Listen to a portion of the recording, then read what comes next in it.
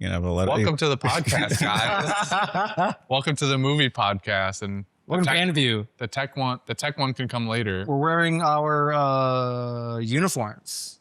Officially brought to you by. It's true. So, fun fact: this one, the reason we're having this tech discussion at the beginning is because we're doing this one in person. Woo! Me, Jordy, and Justin are all in the same room right now. We're live testing some new equipment that Jordy's put together for future endeavors. So yes, me and Justin decided to wear our uniforms. We're both in Pink Panda View, the objectively correct Panda View t-shirt choice to have made. Regulation. So, well, hold on, don't say that. They're gonna come after us. No, some would argue no Panda View shirt would be better. They'd be wrong. I don't know. Certain Those individuals, sound like non-supporters. Certain individuals who don't have the shirt on right now would probably say that. I bet they would. Are the anti-supporters in the room with us right now? All right, where's my notes? What are we doing here? We watched a movie known as Eternal Sunshine of the Spotless Mind. Fantastic fucking movie, by the way. Wow, just jumping right into it, huh? I mean, we have a whole summary to read. I guess we don't have to ask him for his thoughts. Yeah, I guess it's cat's out of the bag there. One so nice. review. I saw it twice. For real? Saw it twice? This is my second time. Oh, okay. I thought like 2 times in one night. When my friend came in at the last 30 minutes to watch it with me, I was like, listen, I'm tired, but for you, I'll rewind it. I don't even know the ending yet. I'll rewind it. All right. Well, in order to get to more of Justin's opinion, why don't we start with a summary here? Would you like to do the honors? And welcome back to Forget Me Not Podcast, where we do exactly what you're thinking. Talk about all of our favorite flowers. Forget-me-nots are the colloquial term for the genus of flower. I gotta zoom in on that. Myosotis, which are part of the larger. What the fuck, dude? Boraginic What the fuck? I just really wanted to hear him try. See, the problem is everyone's got a laptop like a bunch of smart people, and I'm using my phone like a moron because I came unprepared. God bless you. What the fuck's my eyes? Christian is adjusting his PC towards Justin, and Justin's preparing to read the text. Eternal Sunshine of a Spotless Mind is a surrealist romantic drama that places our protagonist Joel on the beach in Montauk one day after uncharacteristically skipping work. He ends up meeting a woman there by the name of Clementine, and they become friendly on the train ride back. Well, turns out in this world, there's a company with a device that can erase memories, and Clementine has done just that after their breakup. So, unable to fathom the pain, and with a bit of spite as well, Joe decides to erase his own memories of her and ends up on a journey through his own mind and recollections of his times with his beloved, only to come upon the emotional truth. He does not want to erase her from his memories after all. A desperate race ensues in which he tries to stop the procedure from completing, all while the ghost of his past haunts him.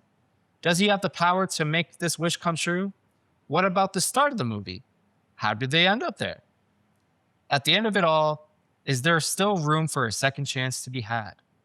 That might be the worst you've ever read. Possibly an all-timer. Yeah. I've had bad ones. That might be the worst. To be fair, we got to talk about the lengths of these summaries. What the fuck? What do you mean? This is standard procedure. This is standard operating. Is it? Yeah. This is a summary, sir, not a research Now paper. imagine being me. You don't read these before showtime. You just show up in your apartment at 7 p.m. and the Christian goes, time to read. And I'm like, and I always act stunned every time. Because I'm like, what do you mean I have to read? Yeah, I don't write these summaries for me.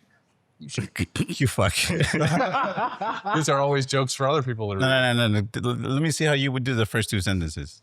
Hello, and welcome back to the Forget Me Not podcast, where we do exactly what you're thinking. Talk all about our favorite flower. For those who aren't as into horticulture as myself, forget-me-nots are the colloquial term for the genus of flowers Myosotis, which are part of the larger Boranaceae family.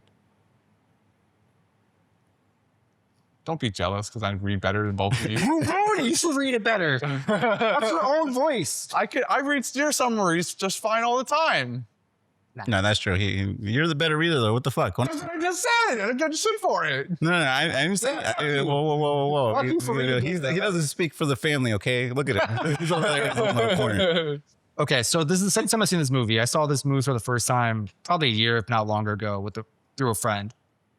And prior to that, I was like vaguely aware of the movie's existence because of this one band called Dayseeker. Go check them out. They wrote a song called Spotless Mind, heavily inspired by this movie, obviously. Actually, after watching the movie for the second time and like hearing the lyrics again, realizing like how much of the movie is quoted in the song is kind of crazy. Great song, absolutely love it. And then when I, did some digging and I read that like, oh, this song is inspired by this movie, and I'm like, oh, that's really cool. I hope to get to watch that someday. I was like looking for it online back then. It's like probably 10 years ago by now.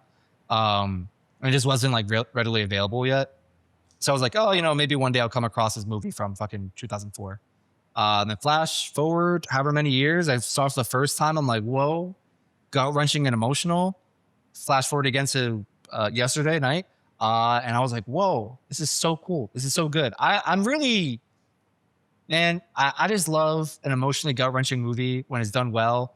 And also the fact that it's coupled with like this sci-fi element in a like fairly not traditional way that I think is really cool. Good movie. Also, Jim Carrey, that man typecasted himself possibly accidentally into like a comedy character.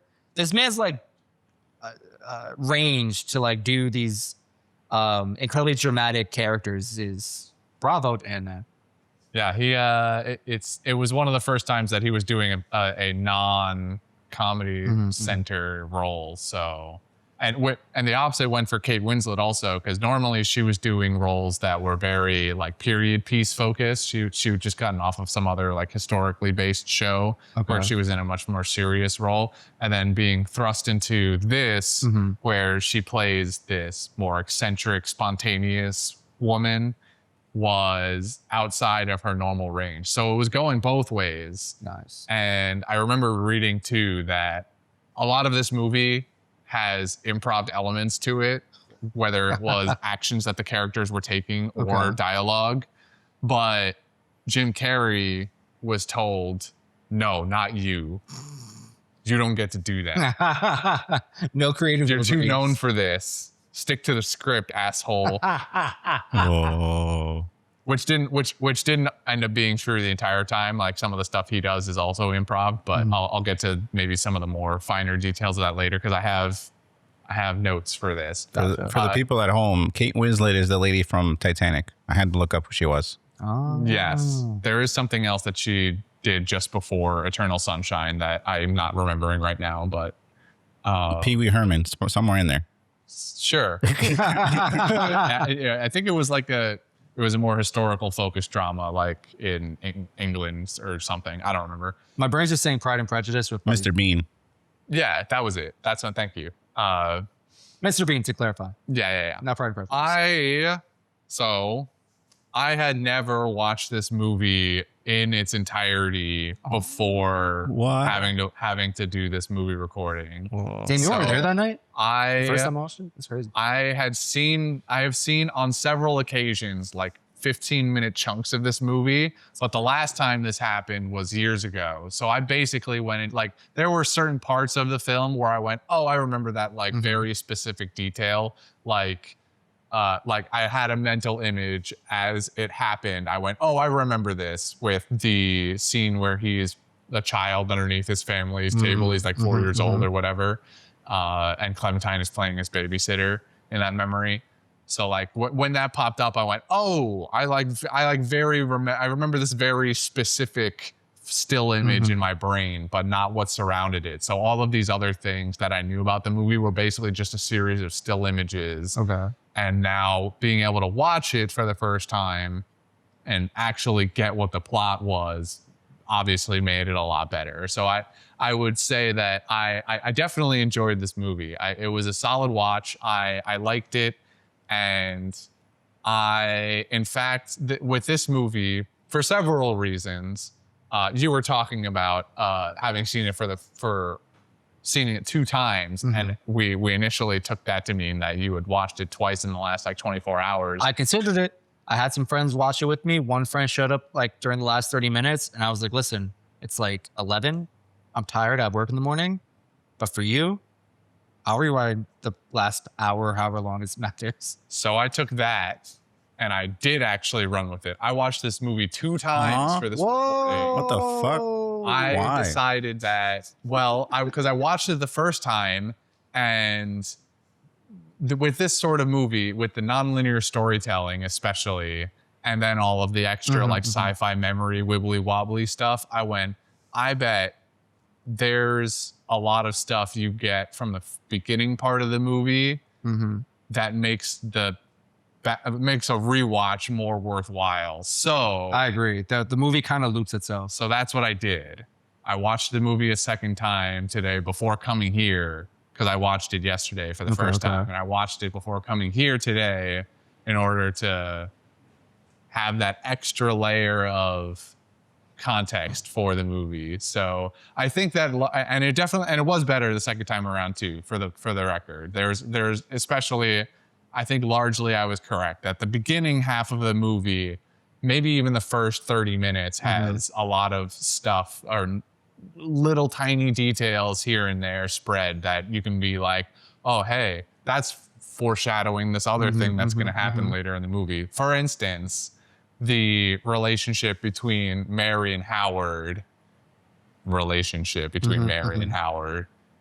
I think that there's a lot of subtle cues and clues you get with them in the office, just little interactions, the way that she looks at him at earlier parts of the movie that you just go, well, the first time I watch him, just go, she's just friendly receptionist lady. And then the second time around, you watch it and you go, oh, she wants him to be inside her. And then, oh no. And then, but even on his side too, there's at least one moment, maybe there's a second one that I can't remember, but there's at least one moment where he's, I think it's when Joel goes into the office for his actual procedure, right? And she's busy at the desk, and then Howard comes up because he recognizes that Joel's there. But it was like the way that he puts his hand on her shoulder or something, like as he leans over her, I was like, what's going on there? This is a little, like, I know at the end of the movie, he frames himself as like not having been that interested, but he still because he remembers. Yeah. Which we'll get into later. This is spoilers for later, but yes, the moral of the story is that I liked this movie, and I liked it even more the second time around. Can you spoil this movie? Is it Can possible? you spoil this movie? I mean, yeah, you can sort of like say a couple lines, and unless you see the context, you can't really piece it together. Well, I mean, this specific thing where you go like, these two characters were having an affair, like that's a much more direct spoiler than maybe some of the other plot points you're talking about later. I don't know. If I name two characters that are involved in an affair, that's a spoiler. Like, this is a podcast where we're going to talk about the movie, so like to me, it's like, oh, they're just doing human shit. That's cool. It's like, how's that relevant to the We're plot? all doing human shit. Well, that's what I mean. It's like, in your mind, nothing's a spoiler. What is a spoiler? Finally, someone gets it. Shut up, you. things in cars. Movie's good. This is my second time watching it. First time around was during the classic film snob routine, where you go, give me the best movies of all time. And then they give you this list, and you go, I'm going to watch every single one of these movies. And you watch like 2 of them, and you're like, they don't know ball. No. It's not even that. It's like, this shit's boring. What the fuck?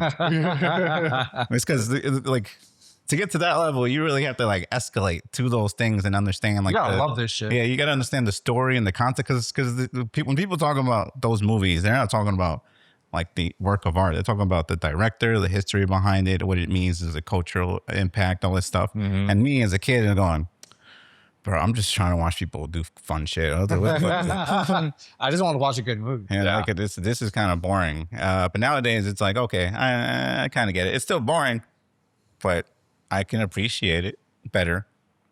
This specifically, this is one of those in the realm of teenage angst, looking for emotional expression film. Okay, So that's a pretty good description. A lot of like younger people would run into this film and really get something out of it. Because a lot of it really is, you can't understand it unless you've actually lived in those specific moments, like understanding the meaning and the impact of relationships, and like how much work and pain it is to be in those types of. There's a certain level of like one emotional maturity required, but then also like lived experience. I guess. Yeah, and I think you can appreciate the rawness as a kid. I don't think you can understand it completely. Mm-hmm. And I think that's something as you grow up and you go, okay, I kind of see where these characters were coming from. And there's a way more depth now. And I have a whole lot of stuff here for when to get into it. I liked it. It's a good movie. Good movie. Yeah. Yeah, you get some of like the rawness of it as you're younger probably, but these characters are in their like, I don't know, probably low 30s or something like that, Yeah. I would imagine. So I think that you probably don't feel the weight of it as much until you're closer to their age or older. Yeah. I think I agree with that. I mean, granted, I don't know too many people who've seen this movie, or like, I know people who've seen the movie, but they're all older than me, which makes sense because the movie came out in 2004. I was like 8 years old. 20-year-old movie at this point. Yeah. But the people my age who have seen it, which isn't many, but I think it's funny in a fucked up way that most of them have said, hey, you know, when I first watched this movie, it was right after someone broke up with me. Yeah. And I'm like, I'm so sorry. I read a lot of that online. Yeah. Or people that go back to it like right after they break up with someone. And I'm like, you guys are, You're trying to relive this? What are you doing? you guys are kind of psychos in my opinion, but I've never been in that position before. So I can't. I've just had too few relationships. This is not me like bragging about. It's like, bro, I'm in a 20-year-long relationship. I realized instantly how that sounded. I've been in so few relationships. I've been in exactly one relationship in my entire life, and that was in high school. So, hey, all of them matter. Don't be like me, where you have to question, hey, that girl you dated in college at like 18, somewhere between 18 and 20, was that your first true love? Don't be that guy. Don't be that. Don't listen to that voice in the back of your head trying to talk yourself out of that. If you felt it, know it. oh, I'm past that. Yeah, I don't need. I'm good I there. think Justin was talking to himself. Yeah, I was talking about. I was looking at the reflection in your glasses, actually. I was gonna say he's using me like a window into his own psyche. Oh, man. One of the easier things to start with is like, how did you feel? Because sometimes this format for a movie tends to throw people where you get an ending piece at the beginning and then, or throughout the film, we kind of jump around at different parts of the narrative. So I would ask, I guess, of you guys, how did the nonlinear storytelling feel in this? Because sometimes it gets kind of wonky and people don't tend to put the pieces together in a way that lets them understand the movie. I want to assume that watching it for a second time, maybe like in the back of my mind, my brain was already like placing things like chronologically. Because the second time around, I like understood it largely. There were like, I understood that like the very beginning of the movie is like the end-ish of the movie. So you felt like you got that right away. Yeah, that part's pretty straightforward. There are times during like the middle of the movie where like you'll jump around slightly between like memory or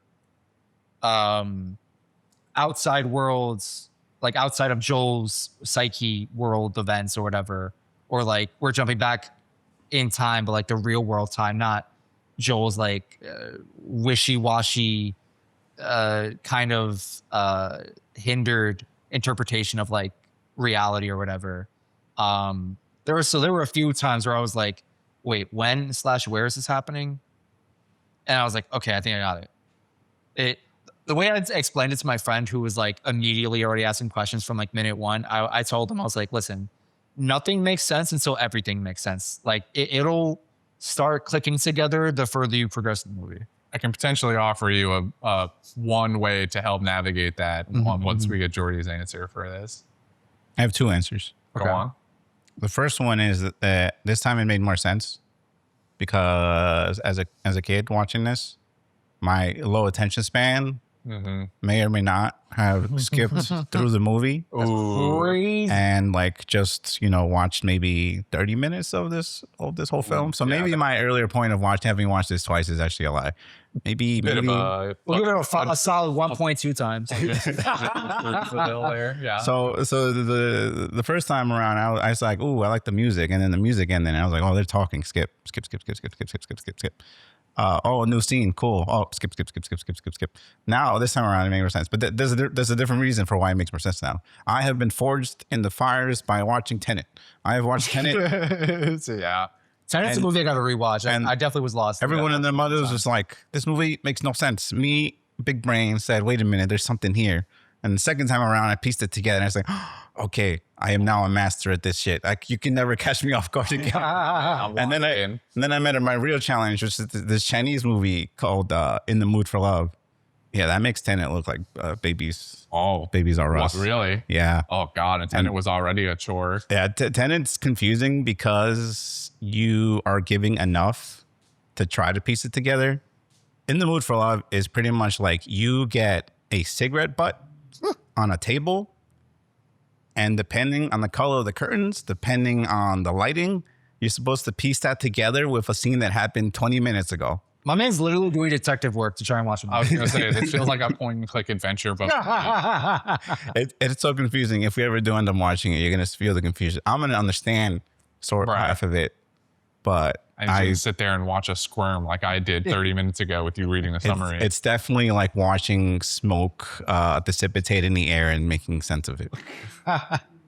Okay. Well, along Jordy's lines of color matching, I think one of the easiest ways to kind of discern what you're looking at is generally by Clementine's hair color.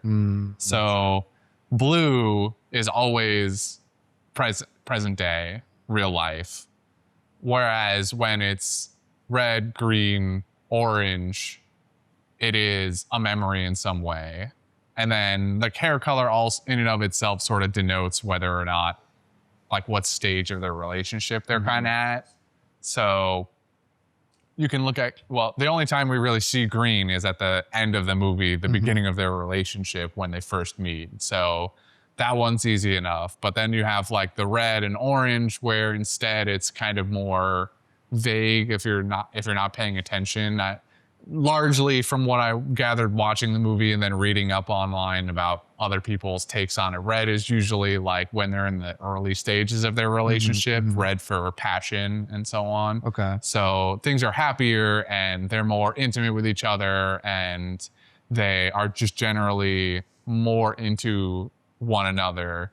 And then the orange is, as red fades, it becomes more orange, and so does the stages of their relationship, or the passion or the quality of their relationship deteriorates over time as you get the scenes that you feel towards the beginning of the movie where they're constantly saying like some shitty things together to each other, or they're sitting in silence as they eat food on the couch or in the restaurant, you know? So that's like the one easiest way to kind of figure out what you're looking at here in terms of reality, not reality, that sort of thing. And then obviously anything that's not the two of them. So you got Howard, Mary, Stan, Patrick, like that's all present day real life, with the exception of that time Patrick's in his memory and he has no face.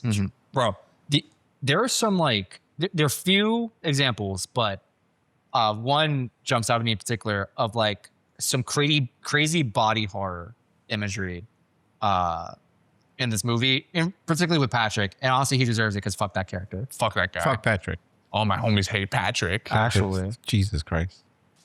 It's crazy that like the movie like goes out of its way to like tell you like what a shitty character he is. Yeah. Like Stan is only like, No, this looked out too. Stan is bad. Everyone in that company is kind of fucked, all right? There's no redeeming. Mary redeemed herself at the end with like a Hail Mary, literally. But everybody else kind of is like, fuck them. Stan is a guy who thinks he's neutral, but he's like 1 degree closer to like Patrick than he thinks he You is. believe that last statement, that his bold-faced lie of he didn't know? I think I believe it because he was like, his dialogue was, hey, I thought I saw something, but like I talked myself out of convincing myself that was what I saw. And I'm like, I can believe that. You know, many people like lie to themselves and be like, you know, I saw evidence of like XYZ shady thing, but then I was like, no, I'm just, Nah, bro. that was just weird. I don't know, man. I think there's exactly 2 people in that company that know how to run the equipment, and I find it hard to believe that Howard would have done that all on his own. I also think that in the file, as it said, person, Mary, person. And there's no way his curious mind would have been like, Mary, let me see what's in this file. Yeah. Mayhaps. Yeah, I don't know. Stan's not that much more redeemable than Patrick is, because like at first it seems like okay, he's kind of chill. Patrick is saying all this wild ass shit about what he did, and Stan's looking at him like, "What are you talking about? Please stop telling me this." Yeah, I don't want to know any of this. But then they get to for like the third time they come back to the panties thing. And then Stan laughs with him, and I'm like, oh, okay, never mind. Stan's also like a shitty fucking character. Dipshit. Okay, yeah, stupid asshole. Also, the fucking one of the craziest things that set me off too in the first couple of scenes with them is the idea that they waltz into these people's homes and then they just start eating and drinking all of their stuff. Like that was bad. Oh, they're gonna forget. Like, just what are you really gonna forget? they're not gonna know they have. It's not tied to Clementine. Hold on, Joel did forget that. Listen, yeah, he didn't know that his whiskey was gone. Yeah, he was just like, oh, I thought I had more than this. Oh well. Yeah, so look, in their mind, it's like I wake up, something's a bit off. My brain's a little fuzzy. Oh, maybe I finished all my pretzel snacks last night. No, I don't know. That's the line I would cross. I would eat the snacks. I would. Wow. I would raid the fridge. Like, listen, I'm gonna be there for 8 hours. All right. There's like a budget limit, right? If something costs more than $5, I'm not touching it. That's the premium snack. But then you eat 10 of them, and it's like, oh, okay. Well, now I've eaten $50 worth of food. Listen, I'm not defrosting the I'm not chicken. counting. Yeah, okay, I know you're not counting. Even us thieves have rules. There's like honor, He's right. honor among thieves. Yeah. Right. it has to have been open. It has to be pretty easily replaceable. And is there a third? Who's gonna miss a 50-cent bag of chips? Yeah. You never know, man. Somebody might miss it. I did what I could as a thief. Okay, good to know. I'm glad we had this talk, guys. Also, come on. Now I know. Munching on someone's snacks is hardly thievery, all right? I'll put that out. Woody. You, sir. It's thievery. No, I'm not defending. Yeah, he at least called himself a thief. Yes, I'm thief. You're like trying to deny your nature.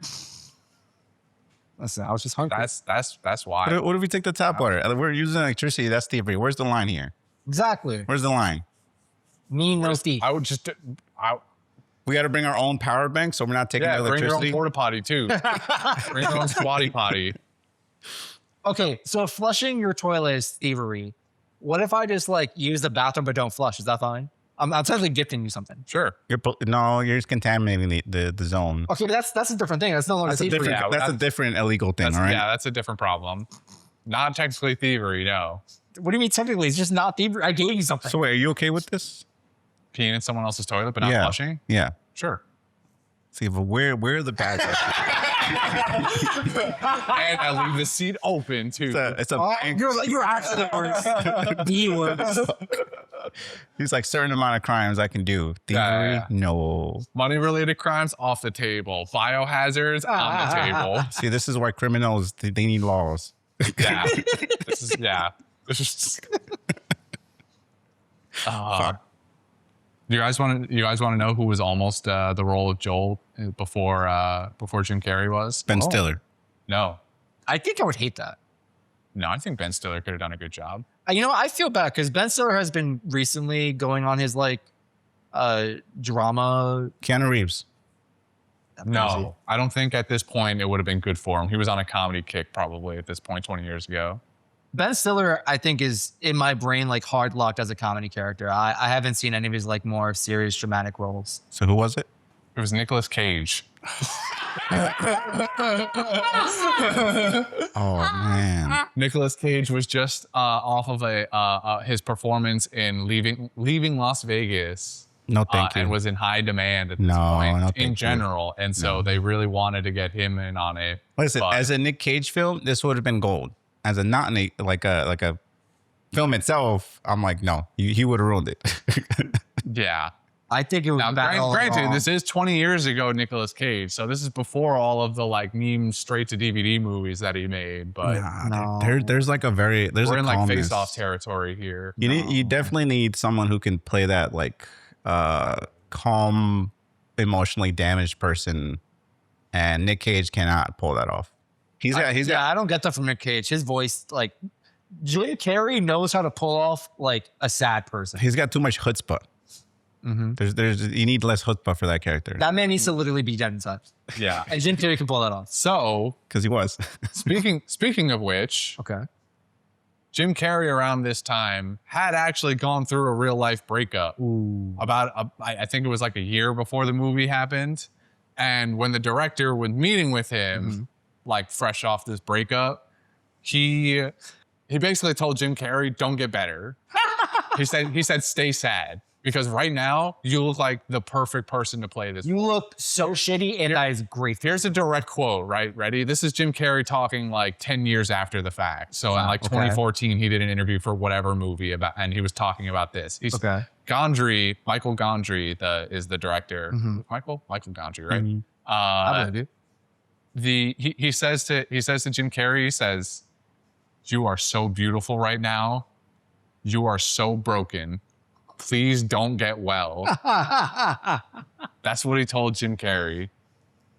That's crazy. Crazy word. The things you do for the pursuit of art. Yeah. Listen, as And an after that, Jim Carrey still took the role. as an art piece, I can see it. The artist in you recognizes the artist in you. Yeah. But it's like, at what cost? Yeah. This, I don't know. I'm conflicted here. Hey, listen, who's to say that the movie didn't help him like process his breakup? Who knows? Maybe he healed after the journey. I mean, I don't know. I don't know how long the relationship was because this is an unnamed person. Jim Carrey was not public about this relationship. So we don't know how long the relationship was with this woman. But the movie was shot like, I think I remember correctly, it was like a year after that like first initial meeting or something close That's to it. about the standard public perception of like how to process a breakup. A year, you'd be all right. Depends on the relationship. It could be, depending, again, Yeah, exactly, depending on what exactly happened with the relationship and its status. So, you know, like if he looked as broken as he did, then like it could have been pretty bad breakup. So who knows? You could be right. Listen, a year of mildly distracting yourself with a film project, even though it brings up a lot of awful memories, but the movie's like script and writing, in my opinion, would theoretically help you kind of process certain things. And so, you know, I think there's some healing. No. That's my option. Imagine you had experienced something traumatic and someone said, "Hey, I want you to experience that again for the pleasure of others." And you had to do several takes of this and you have to continuously reach back into that sadness. Well, Maybe it hurts less each time. no. Maybe take it easy. That's fine. That's a very optimistic view of how that would go, I think. Maybe by take 32, you're like, To give you another perspective, the act of heartbreak, like genuine, real heartbreak, is akin to drug withdrawal. They accumulate the same similar brain functions somewhere in the for brain, both. and they just activate it. But on top of that, it's also there's like a secondary grief element to that, or so you're experiencing what you experience when you lose somebody that actually you cared about in life. When someone dies, like you're grieving the relationship, you're grieving like everything about that. So it's like, imagine having to extend that for a fuck ton of, it's like, how long does this thing like 5 months or whatever? Fuck that. Jim Carrey, write into us. Let us know. Yeah, Jim Carrey, we know you're listening. I think the reason he said fuck it, he's like, I'm gonna go through it anyway, so I'm gonna, I guess, do something with this. Something to take my mind. If I'm gonna be sad anyway, I might as well make fucking a couple million off. It's not even the money. I'm pretty sure he's just in it for the art itself too. Yeah, and I mean the opportunity to play a role that he wouldn't normally do, right? Yeah. I'm also looking at Nicolas Cage's filmography for around that time, and whatever article I found that quoted specifically Leaving Las Vegas really led me astray because that movie was filmed 9 years prior to its release date. Well, no, not it was that film came out in 1995. Oh, and okay. Eternal Sunshine was 2004. But the article I originally read was like hot off of his success from Leaving Las Vegas 9 years ago. 2004 still feels so modern, but it isn't. Yeah. I mean, dude, looking at the technology that they have in the movie, I'm like, oh my God, was this really what it looked like 20 years ago, like the computers, the giant dinosaurs, the telephones, the landlines, Yeah. even the cars, there was 20 years ago. That was right on the cusp of when Steve Jobs was like, iPhone. Yeah. I mean, I was cooking. Yeah. 6 more years, we will change the world. I know. It wasn't even 6, dude. It was like 2008. Holy shit. 2009. Yeah, he was not very It far wasn't even off. breaking the 10s. Holy fuck. No, don't know. dude. If you think about The think iPod. about how many iPhones there are now, there's like they're up to what, 15, 16? Yeah, even then, the iPod came out before then. So, Yeah, so, that touchscreen was already a thing. Yeah. You know, I feel like we've talked a lot, but not necessarily specifically about the events of the movie. I mean, you guys saw the movie, right? You know what happened. All right. And this is a good opportunity to read my little paragraph here. Oh, please do. Hell yeah. Him. The initial dialogue between Joel and Clementine is somewhat strange. Joel is trying to maintain his borders up, and Clementine is looking for something to poke at. Both looking for something to spice up their lives and land upon someone who's the polar opposite of themselves. This type of relationship starts off whimsy, but eventually leads to becoming a source of tension that, if not resolved, builds up until it explodes. What was once interesting and unique is now an annoyance. Such is the nature of relationships. Its forming and growing is dependent on those involved to put in the work, both on themselves and their relationship. There's a book called The Road Less Traveled, where the author argues that an ideal relationship, especially in the context of romantic love, is not a passive magical experience, but as a dynamic, intentional process of personal and mutual growth. This is similar to something Simon Sinek's been saying lately in about all relationships are people who agree to grow together. Extending outward in a larger communal sense afterwards, all individual personalities need consistent refinement while also taking a knee for the sake of the group. Or, as some wise person would say, apes together strong. Right. Yeah. I think we see it at the end of the movie between the dialogue between Clementine and Joel. Yeah, it is. It's interesting to watch how the memories of the way that they interacted with each other, especially after seeing how they meet. They juxtapose it very hard and very quickly between the first 15 minutes of the movie where they're meeting each other for the first time, and then quickly the first sets of memories that you get with them to like the point that they got to, and you just kind of wonder. You're left with that sense of wonder of how they got to this point in a relatively short amount of time. Like I think the entire relationship is like 2 years or so max or something. So you're left with that sense of like what happened here to make it so that you can probably kind of start to guess just based off of the way that they interact in the first couple of minutes, where Clementine is obviously very all over the place, spontaneous, kind of, I don't want to say scatterbrained because that feels disingenuous to her, but very much like kind of bouncing off the walls, hyper. And Joel is obviously so much more reserved and less likely to want to talk or be outspoken.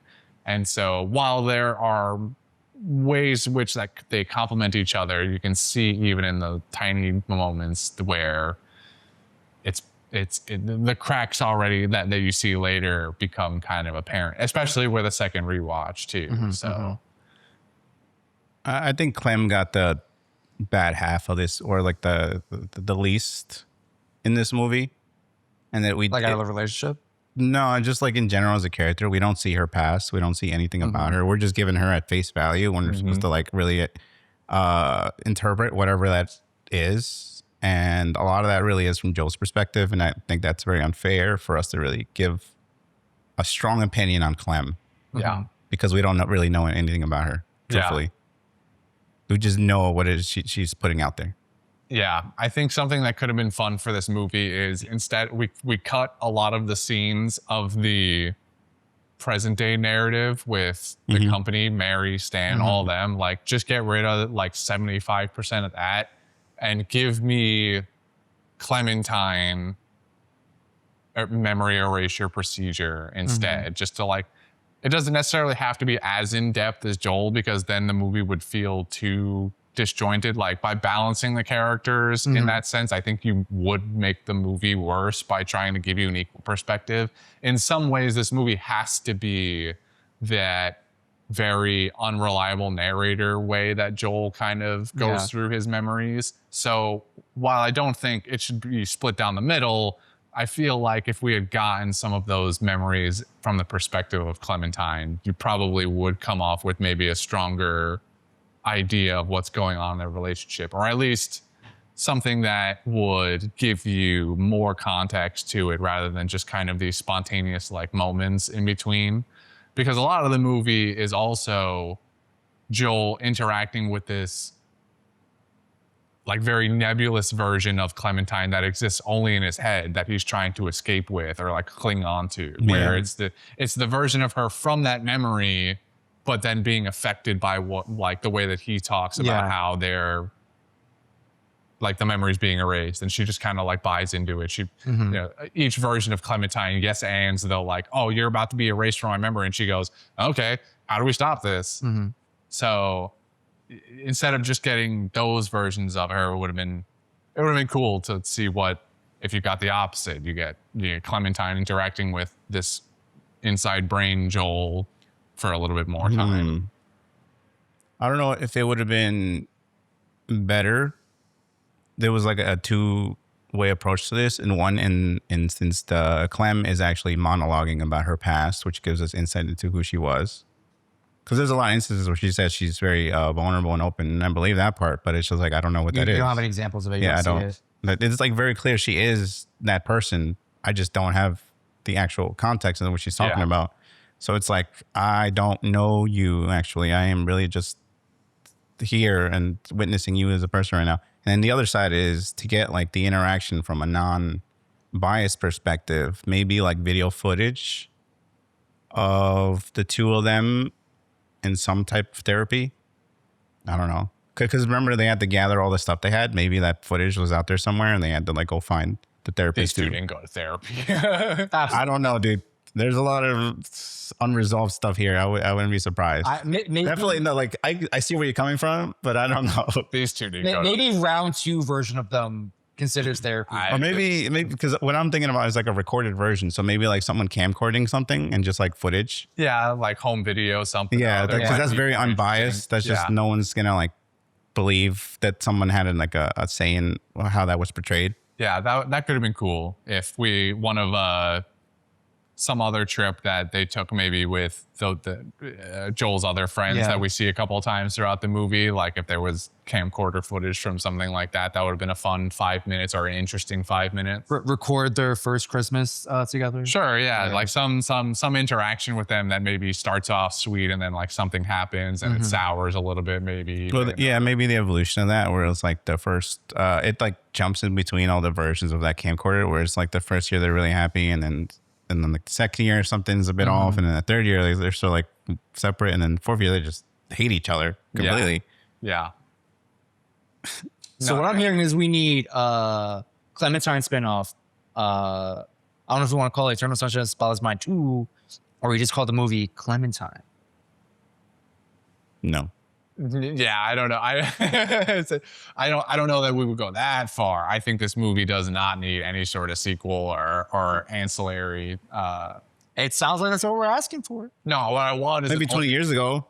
I want a rewrite of the movie that I got. Well, I want it now. I just started. You can rewrite it. You know, there's fan fiction. Yeah. Is AO3 all restricted to only anime and you stuff? can probably find it somewhere online. There's no way no one's written about this. Yeah, I mean the way that the story ends, and even in and of itself, is very invites you adaptable to your own interpretation. So, would you have taken the same path as Joel? Do you think? Would you have gone in for the surgery and or I should say the procedure and had your memories erased? Present day version of me, like even before watching this movie, so like present in air quotes, no. Because I think in some regard, I've like thought about this in the back of my mind of like having like a really, really bad breakup when I was in college. Or not a bad, like, I don't know. It was emotionally distraughting to me. I was like heartbroken and like shovel man. So I think that version of me would have maybe said no. Because I think that version of me, actually, I don't know. That's a good question. I'm too like in the mind of like my present self. So like present day me says no, but like, I think about the guy who like got broken up with when he was like 20 years old or whatever, however old he was. That guy was like a Joel in his own life. Would Joel version of Justin have said yes to a procedure like that? Since I was like so, distraught. I was like genuinely depressed about the whole thing. Blah blah blah. There's a non-0% chance I would have. And that makes me a little sad. Makes you sad. Yeah. Because like the part of me that says no today is because like even before watching this movie, like the emotionally mature part of me, or the part of me that like survives the like the other side of the tunnel of like a breakup or whatever, just like appreciates the relationship for what it was. There was like so many good memories that like I cherish. Like man, I'm about to like low key not dox myself, but like out myself or something. Okay, so there's one relationship I had. My ex-girlfriend at the time was a very talented artist. She had phenomenal drawing skills. So a gift she gave me for like Christmas or something was she hand drew a recreation of like a picture we took from like our first like real date, and it was us kissing. It was like some Instagram selfie shit. So like there's these like that's adorable. There's some flair because of like technology and filters and shit like that. So she hand drew that, and like digitally. No, like hand with drawn. the pencil. Yeah, Okay. hand drawn. Okay. It's fantastic. That is like genuinely the best gift anyone's ever given me. I still own it to this day. It's in an envelope or whatever. It's like shoved in the corner of my room somewhere. Like I know where it is because I'll like just periodically like blank out, stare at like the bookshelf and be like, oh yeah, that thing's there. But I like never actively look at it or like think about it. But there was a time where like when we broke up, I asked her, I was like, hey, I'm a I guess like a cold turkey kind of guy of like, hey, I just need to like remove any semblance of you from my life to like move on from this, since it's like there's no getting back together kind of thing. So I literally told her, I was like, hey, I think I should like burn this. But also I really like this, and also you made it, and I feel like I should ask you like what I should do with it. And she said, like, honestly, she's like, hey, listen, it's yours, do whatever you want with it. But if you did burn it, like that would actually really hurt me. I was like, okay, that's in that consideration. I was like, cool, this just goes in the vault somewhere. So yeah, like if that version of Justin had like wiped all those memories, I'm gonna have this random fucking photo in my room. I'll like cleaning my room, and be like, what the fuck is this? Is that me? Maybe looks like me. So who the fuck is this? I think you answered your question in that story, by the way. And the fact that you didn't burn it. The burning was the metaphor here as the erasure of the memory. She was right. I think the answer is no. Across Throw me. I'm proud of me. Good job. There you go. Hell yeah. Yeah, I agree. I think the answer is no matter what version of you were talking about. Hell yeah. You literally said no in the moment. I didn't think about it that way. Go me. It's cool. Yeah, I mean, it's cool. It's like you have that thing. You're like, which jumps into the thing I have here. I was going to read it, but I feel like it's easier if I just say it off the dome. It's like you choosing not to erase that memory of yours is choosing to grow. And if someone, and I can understand if someone would like, there's practical uses to this. If someone experienced traumatic experience, like if a soldier came back from war, that's like a very useful thing to have them go under, because it's like, there's no reason anybody should remember that sort of stuff unless they want to, but that's like willing procedure. Like you can do the same restrictions as any other procedure like that. But the act of not accepting your mistakes, your errors, and like the pain and all that, that's pretty much being like, I don't want to grow anymore. So you're just going to be stunted in some way, which is something I think the characters went through for a while. And I want to bring up the quote here. The titular, what do you call that? The titular movie quote? The poem, the movies. Yeah, like he's talking about the referencing. quote from Alexander Pope. Yeah. The quote is, how happy is the blameless vessel's lot, the world forgotten by the world forgot, eternal sunshine of the spotless mind. And what I took from that quote is that purity is bright but bare, lacking depth. True meaning is born from suffering, as Viktor Frankl puts it. It's the shadows that shape us in the light. Imperfections are what define us as individuals. It's how we deal with them that matters, to embrace them as works of art. Sorry, I don't know why I added that part. To embrace them as works in progress. Works of art works as well. Or as disposable parts discarded at the earliest convenience. So it's how do you want to interpret your pain as something you want to easily discard and forget, or embrace and accept as part of life? To tackle on what you said earlier of like erasing memories or these type of memories would be akin to like not wanting to grow. I also think it's like in addition to that, it's like a regression, because I would believe that, you know, whatever the memory is, you know, keeping it to like the relationship type of context, removing a relationship from like, you know, existence essentially, I think would inherently like regress you as a person. Because I'm sure you learned something from any and every relationship you've ever had with any person ever. Like whether it's like like I guess like the scale of how profound and how impactful it is varies, but like, you know, if you're in a relationship, I would hope you learn something from that relationship, whatever it is. It could be super simple or something more meaningful than that.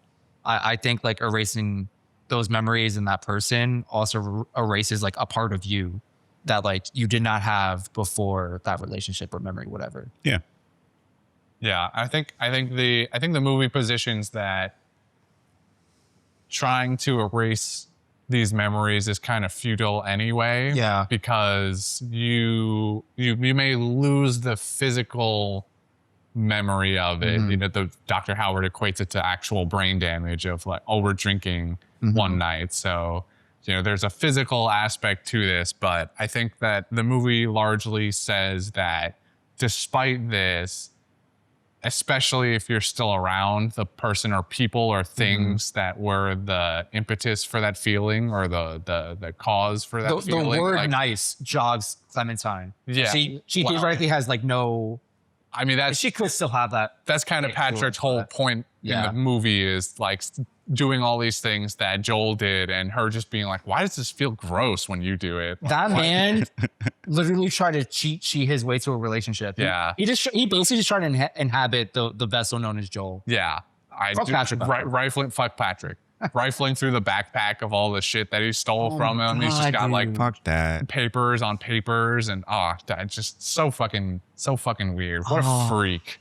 Patrick's a freak. And it was even worse the second time. It really was. Like, I'm just, like, it's like so somehow like knowing who he was just made it even like the first time he goes over to the window and you hear the and he's like, because now you know who he is, and he's talking to Joel. And you're like, get the fuck out of here! Fuck off! Shut up! But can I help you? Like, what do you? I'm sitting in my car, bro. Like, I don't know. What literally help me? I'm doing nothing here. Freak. Fuck. Stealing panties and it's no wonder Mary hates his ass. It's no wonder that you have no luck with women prior to this. Yeah, and I love Stan too in all those moments too, where Patrick's like, I think Mary hates me. He's like, no, no, she likes you, and Mary does everything short of flat out saying, Patrick, I hate your guts, and they still both are like, I'm just really not sure if Mary doesn't like me. It scares me because there are people like him in the real world, and they also do not recognize what they are saying, doing, thinking as wrong. And that, You think anybody watches this movie and goes, I think I like Patrick? yes. I'm sure there Those people exist, Yeah. and that also scares I'm sure me. there is. Like especially, I think that gets like doubled down in my brain when Stan like flips on him and he's like, "Oh no, you're." He's all cool, man. Yeah. You're a little weird, but like, Yeah. hey, you're I hard. can get Stan's thing. Like, you really have to think about Stan as a character to understand his shittiness. Because he can definitely play off the middle neutral vibe person, but he's definitely not. As soon as you give it an ounce of thought, he's like, no, Stan's fucked too. Get the fuck out of here. Yeah, Stan. But Patrick is like, fuck. Stan's the guy who thinks he's neutral. Yeah, Patrick's very in your face with how terrible a person he is. Stan is like one or two steps below that. Yeah. Like, it's not very hard to think about the way that he acts in the film and go like, Audio texture. no, yeah. I wonder how the audio texture is coming through on this one. That'll be interesting. No, yeah. Stan also a terrible person too. And for that matter, their boss. Yeah. Also a terrible person. Oh, bro made a U-turn. A little bit. I know. He just He's out. He exists right now specifically to spite us. He knows we're He read that engine right now, extra loud for us. right outside the window. Yeah. Howard also like in the tier list of shitty people. I think it probably goes Patrick, Howard, Stan, because like Stan at least like he's dumb and like makes stupid mistakes, but Howard like actively cheated on his wife. I Yeah. agree with 1 and 2. My hot take here is like Joel needs to be on that list. And is Joel worse? Well, sure, yeah. I think Joel's not. Is Joel worse than Stan? Is my question. That's a tough one. That is a weird one. I think. We know what he thinks. Do we know what? I think he thinks he thinks we should stop, but we can't be stopped. I don't know how to answer that. Is Joel worse than Stan? Let us know in the comments. I mean, my gut reaction wants to say that Joel is worse than Stan. I think I agree. I think Joel. I don't. But my problem is I don't know if Joel is. I mean, they're both kind of like passively shitty people. Like Stan, I don't think Stan is necessarily thinking about the fact that him laughing at the panties joke is like a bad thing. The same way I don't think that Joel saying to Clementine while they're laying in bed, like, I just don't think the things you say sometimes are that interesting. And then like leaning in for a kiss, like that's a shitty thing to say and then like follow up, like an action to try and follow that up with. But I don't think Joel thinks that. I think he thinks he was doing exactly what Clementine wanted and was like opening up to her, and then like trying to be more like her in that moment, but just very much not the case. He's very avoidant. And I think Clem is the same in a different way. In that, well, he does the thing where he's like, he shows you a bit of love, but he doesn't like show you everything. That was his problem. Her is like, she's gonna throw everything at you, but if you reciprocate even a little bit, she's gonna like dial it back and like really like fear that it's not real. Yeah. Fear that whatever it is she's getting back isn't authentic or like actual something, which is why she's consistently trying to be like, hey, open up, do all this other stuff, because I need somebody. It's like someone who knows they're emotionally wrecked talking to someone who doesn't understand that they're emotionally wrecked. Emotionally what? Wrecked. Oh, wrecked. I thought you were saying erect. I was like, I did heard that the first I was time. like, what? Wrecked. I was like emotionally erect. That's So it's like two people that need a lot of help. One of them knows they need a lot of help and is trying to tell the world, hey, I need a lot of help. So, don't assume I have my shit together. I may look like a person here. Like, this is why she's like, I'm not a concept. It's like, I'm a person. Treat me like a person. banger line, by the way. All this other stuff. Well, I think that line specifically actually kind of speaks more to the opposite, where she's like admitting that she needs help, or she's admitting that she's got problems, but I don't know that she's necessarily calling for a lot of help, really. Like, Well, no, it's that she knows that. That's what I'm saying. That she's aware. She has that self-awareness of like being like, I'm not a perfect person. Like, that's what she's telling the whole time. Like, I'm not a perfect person. I'm going to show you who I am. And you need to be okay with that. Yeah. And you need to be okay with that to some degree. yeah, that I agree with. He is on the other end when he's like, I think I'm okay, but actually I'm not. And I'm not going to tell you anything that's troubling me, because I feel like if I do that, I might not you might hate me for doing that. I don't know. So it's like very bad combination here. But at the end, they definitely do something different. And when we get to that, I want to talk about that. Yeah, I mean, it makes you wonder, like, what could be different the second time around now. Because they're like, we've gone through this thing, but fundamentally they're still kind of the same people. I think the only chance of them not necessarily having a successful relationship, 'cause I don't know if I could believe that, but going a farther distance is that at the end of the like in that scene where they're like having that heart to heart on like round 2, it's I think them finally having the honest conversation of like who they are as individuals and saying or like seemingly agreeing to accept each other for like that's how they are. Paint the picture of what scene you're talking about more. So I think it's like the very end where Clementine and Joel are talking in the hallway. Clementine's like ready to like book it again, and Joel's just like, wait. She's like, for what? Like, I don't know. Just wait. And Clementine like says that line of like, I'm not a concept, I'm a person. She explains like her flaws essentially, and I think she literally says like, you have to accept that. And Joel I think agrees. And in my mind, I perceive that to be like a two-way street where like Clementine is usually painted in the light of like she's the messed up one. Joel doesn't have like that same like attention drawn to him. It's I don't know. I think if you're a viewer, you like know that and you see that like as the viewer, but I don't think the movie itself really dows in on him the way they do for Clementine in terms of like she's a problem or she's flawed in these ways. You'll see all the ways Joel is flawed, but I don't think the movie tells you like Joel is flawed. Yeah, I think that's the They show you, they don't tell you. That one they because like the doodles, like the fuck doodles in his notebook is like I don't care what kind of doodles you make through, but like maybe tell somebody about it. And it's like because your doodles are a little dark here, buddy. Yeah, we need some.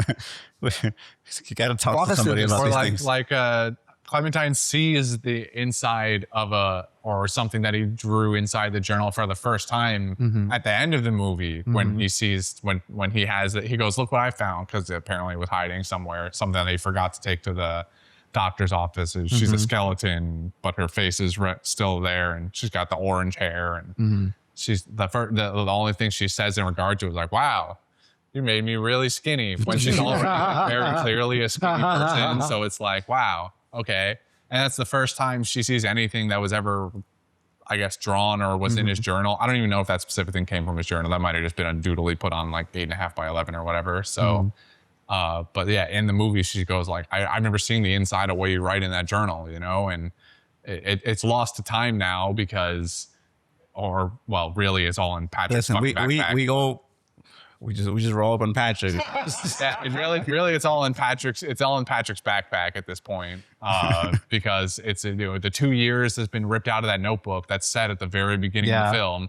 So he, the 2 years that he spent with Clementine, all of those notes we never see, and that's so yeah. I wonder what the hopeful part of me wants to go. They've learned these lessons. They've listened to parts of the tapes of what each other said about each other. Although I will say, Clementine says like, it's only fair when she gets to his apartment, he goes to like turn it off. She goes, it's only fair that I hear yours. And I'm like,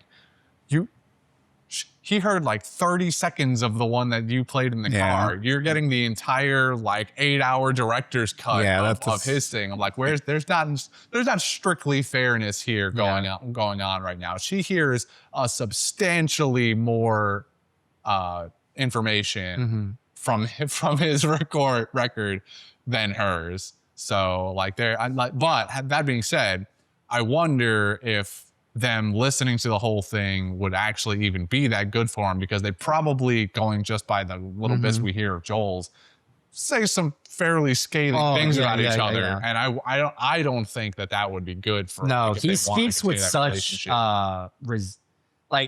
it's super like fresh, raw, like angry, resentful response. Not I mean, Clementine could have also done the exact same thing since her nature was some impulsive. of it. He does speak well of her a little bit in between there, but so like he kind of fluctuates in what his actual feelings are, which I think is probably part of what's like fundamentally wrong with him, is that he has probably some kind of, I don't know if I want to call it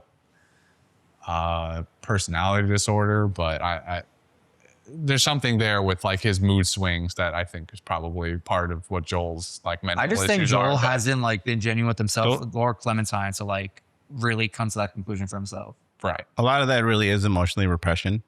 And the fact that he never speaks up for himself or anything like that. So that just like comes out randomly at times for like the smallest of things. Can Can't relate. Not in the slightest. Uh-huh. Sure. I totally didn't see a version of myself in Joel. Not one bit. Totally not. There's No, there's a sir. reason the camera's not on Jordy for this. Sure. Joel, Justin, those aren't the same. No, No Joel, relation. Jordy, Oh, wait a minute. Joldy. There's another Joe character that I like. Oh no. I think at the end, I really enjoyed that last piece of dialogue, which is him finally speaking up for himself. He's like, no, I'm not letting you walk away. No. Which is like doubly so because she's also hoping not to walk away. And Yeah. it's like otherwise she would have just bounced. Yeah. And she just wants to hear him say like, hey, don't leave. And that's his version of that was like, hey, just wait. And I don't know why, just wait. And then like the final dialogue where she was like, accept me. And he was like, okay. To her, it's like, Profound. Yeah. fuck. And then, Well, I think the one thing that we're glossing over with that too is that in this conversation too, she's specifically saying like, you're gonna find things like he says, there's nothing about you right now that I don't like. Old face lie. Which like is probably a lie. Like we can't I don't know. confirm that, but like We know the tapes. We know what you said. in that moment, I believe him that he's saying when he says, I like your hair and all of that, like I really do. And she says, thank you. And I believe that that's a genuine interaction between them. However, like when she starts going like, then she continues and is like, you're gonna find things that you don't like about me. And he's just like, yeah, okay, that's gonna happen. And like I think that like that acceptance of that thing is true. Like they already know this to be the case. I think somewhere inside them they don't verbally speak it, but they know that some of the things that happened in the last couple of years with their relationship, whatever it was in the past, they can't, even if they can't remember it, some of it's probably gonna come back. And I think they probably know this. So she's kind of preempting it by being like, hey, we've already done this once. You're gonna find things you don't like about me. And so the hope there is that they are now in a position where they can feel more ready to talk about those things when they arise to each other, instead of just having these like backhanded silent treatments. would this be a really good relationship practice? Erasing your memory just so you Yeah, can... because like you erase the No. Wait. Hear me out. Wait. I'm listening. All right. So look, you erase the negative connotations of everything. So like all the boiling, all that stuff, like the actual venom in the memories. But you sit them together and you make them play. Like when they have a little dialogue or whatever, they meet each other. This is like if people. This is a make believe scenario. Okay, Don't take me too seriously on this. No, go on. This is a rom-com situation where the two people may meet together and the people watching them are going, this one might be real, boys. And then they send them the mail and then those people, and then they make them listen to it. And then if they're watching and if they're still together, we know this one's real. This feels like a Black Mirror. This feels like Black Mirror meets the Truman Show or something. I don't know. I think there's like a very interesting layer there where the fact that they now, because the reason they're able to accept that so easily at the end is because they don't have the venom that is the emotions behind like the memories. They just have like a third person perspective of what their relationship was like. So they don't have the emotions that are attached to that. So it's very pretty much like, you can have the ice cream or you can have whatever, not ice cream, like the opposite of ice cream. And it's very easy to go, okay, I choose the ice cream because you're in that moment. It's like that. This is like, if the option would have been, you are now going to feel everything negative all at once back again. I think they would very much hesitate on that because now it's pretty much like their blank slate reset. We have a new starting point. Very easy decision to be like, let's do this again. I mean, I'm optimistic. I think they'll make it work. But I can see why that would be like conflicting as in, is this real decision? This is where like, it's really wonky here. I don't know if I agree with your proposition. However, as we were talking, I was thinking to myself of like, I think about all those times, or like, this is for anyone. You meet someone that you like romantically, and you got those rose-tinted glasses where you're like, oh, I like them for this, I like them for that, blah, blah, blah, blah, blah. But I mean, I don't have much dating experience myself, but like no one comes to the table usually with, here are all the things that I think you'll hate about me, or you'll like grow annoyed, or you'll. Let me wait. Oh, sorry. Finish. So I know what you're gonna say. So I think if like, let's say date number 3, both parties just sat down, you're like, all right, listen, I've been having fun, you've been having fun. Eventually we're gonna like not have fun. So let's like, I mean, like You're talking about the honeymoon phase of yeah, a like relationship. the honeymoon phase will like There's a either end or like Particular term for this. it will like there'll be a break in it because we'll have a fight or whatever the case, right? Like one of us is gonna like step on the other's toe. So like you can't prepare for that necessarily. Like it's gonna happen. It has to happen, right? Like it just, I don't know. I just feel like that's how life works. Like you're just gonna inevitably fuck up in that regard. But like, I think it's helpful, in my opinion, to just kind of walk up to somebody with your fucking like dating resume of like, here are my like, accolades. And then also here are my, I think I remember you've mentioned this. So shout out to Yeah, Jordan. there's a bit of a I've been saying this for like 10 years now. What the fuck? You got to write in the book. I don't know, start a I've blog been or saying some this shit. for 10 years. We need resumes for this shit. We need like a. I mean, click. the last time I remember we I started about read this, your I book was and with you read mine. We'll see Yeah. if we're like, okay. So CLDR, so does submit not a, cover what you're talking. submit a dating resume to each other where tell everyone your pros and cons. And I think the cons really matter more than anything. Yeah, I think the booklet is kind of an easy way out of that. I think that the actual conversation is the hard part. Yeah, I mean, regardless, you could bring a whole CV with you. Yeah. and No, I it know. wouldn't matter eventually. But Like, I don't think you can avoid like the moments where someone's gonna be angry at the other. Like that's my like inexperienced assumption. I think But like I feel like if you can like mentally prepare beforehand of like, oh, you're a person who like okay, so like for instance, a coworker of mine, she really doesn't like it when like men, or not men, she doesn't like it when her partners like are needy of like assurance constantly. And I'm like, okay, I'm the type of person who would need that. Like constant reassurance sometimes. So I already know, like for me, like me and that person probably wouldn't have like a successful romance.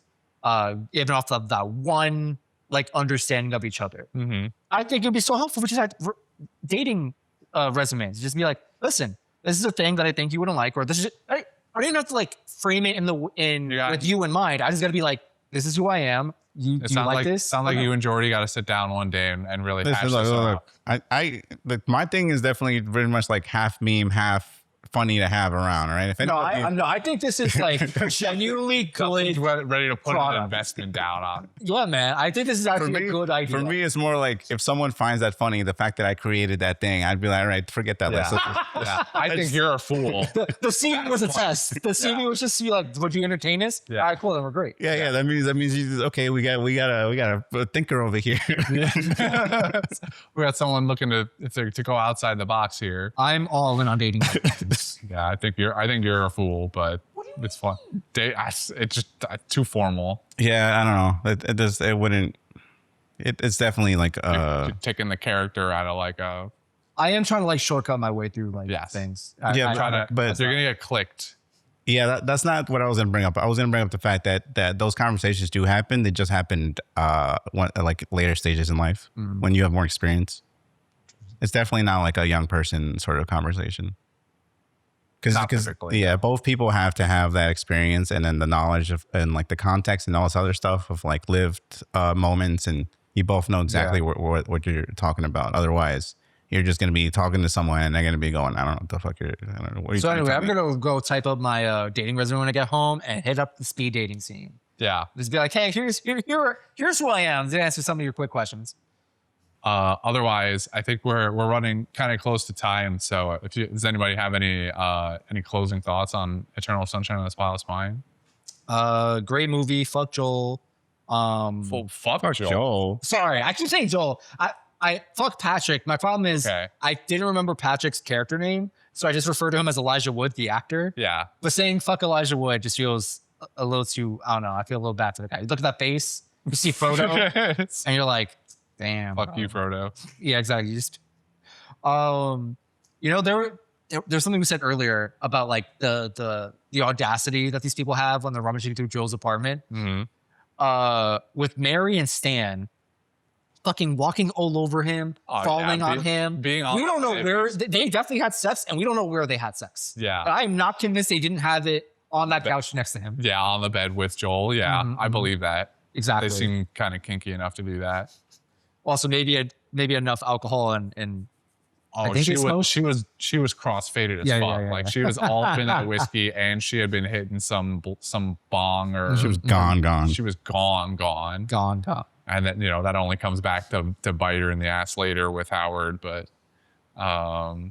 important question to me: when did the Sam Raimi Spider-Man come out? 2 years prior, nice. I think 2002. Kirsten Dunst, The Woman You Are. The range, incredible, but also not recognized enough.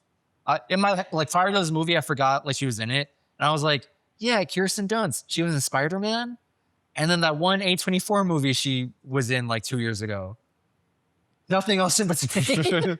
It's just like you have a gap in your memory. Everyone just recognizes Kirsten Dunst as Mary Jane, and rightfully so. It's like one of her. I think it is blank. Like just her. I was gonna make a joke and be like, no, I remember her from this thing, and I couldn't think of a fucking movie. I remember her from the hit 2000s movie Bring It On. Nice. Go watch our pan review for that, where I rip into that movie. Speaking of Kirsten Dunst. Oh, man. Cross promotion? Crazy. Yes, sir. Speaking of Kirsten Dunst, this reminds me, I went on like a Wikipedia rabbit hole about this movie.